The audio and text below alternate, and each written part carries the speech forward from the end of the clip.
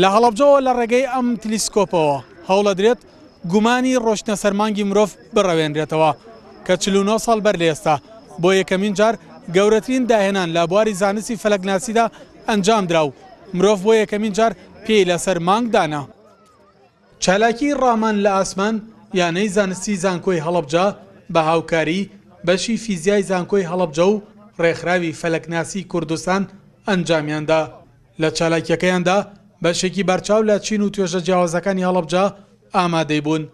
لە ڕێگای ئامێرە تایبەتەکانی ڕێکخراوی فەلەکناسی کوردستانەوە سەیری ئەستێرەکانی مانگ و زورە و مشتریانە کرد. ئێمە وەکو ڕێکخراوی فەلەکناسی کوردستان ئامانجمان ئەوە بوو کە سیمینارێک و پرێزنتێشنێک پێشکەش بکەین و هەروە ڕەزێکی فەلەکیش پێشکەش بکەین بۆ ڕەوانەوەی ئەو بیرڕاو گومانانەی کە لەنێو خەڵکیان بەشێک لە خەڵکەیە کە باس لەوە دەکەن گوایە مرۆڤ نەچۆتە سەر مانگ و ئەوەی هەموو کراوە سیناریۆ بووە.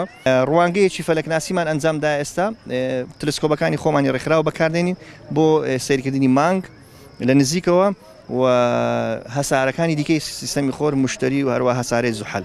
ئەم جیازوشتانی کە لە ئێمە زیاتر پێی ئاشنان لە ڕووی فەلەکیەوە بە خەڵکی ئاسایی و بینینی ئەو هەسارە و ئەستێرانی کە لە ئاسمانایە وەکو مانگ و ئەستێرە و زوحەل بۆ ئەی خەڵکە ئاسایەکەش بتوانن ببینن هەتەنها لە ڕسم و شتەکانان نەبێت بۆ ڕەوانەوەی ئەو پرسیارانی کە لە ناو خەڵکا هەیە کە ئایا ئەو شتانە لە ئاسمانە هەیە چییە بۆ ئەوی بە چاوی خۆیان بەڕاستەوخۆ ببینن.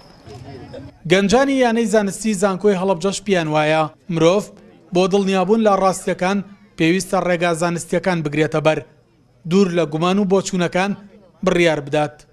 و ئێمە بەلامانەوە گرنگ بۆکو گەنجان وەکو کڵەبی زانست کە ئیش زیاتر لەسەر خوێندکارەکەین ئەم جۆرە چالاکیانە بە گەنج بە تایبەتی بگات بە خوێندکاران بگەن چکە پێویستە خوێندکاری ئێمە با بڵین قوتابیانی وڵاتی ئێمە شاری ئێمە بەو شتانە ئاشنا بن و ڕاستی شتەکان بزان بە شازێکی زانستینەوەکو لەسەر ئەساسی کۆمەڵی بنەمای نازانستی و ئەگەر و بۆچوون و ئەم جۆرە شتانە. جێگای ئاماژە بۆ کردنە 49 ساڵ بەر لە ئێستا کەشتیوانی کۆچ کرد و نیل ئارمسترۆنگ پێی لەسەر خاکی مانگ دانا.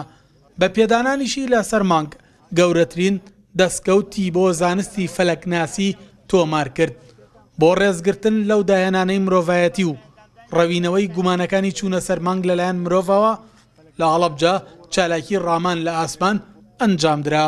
سەلاح جەمیل، کورسات نیوز، هەڵەبجە.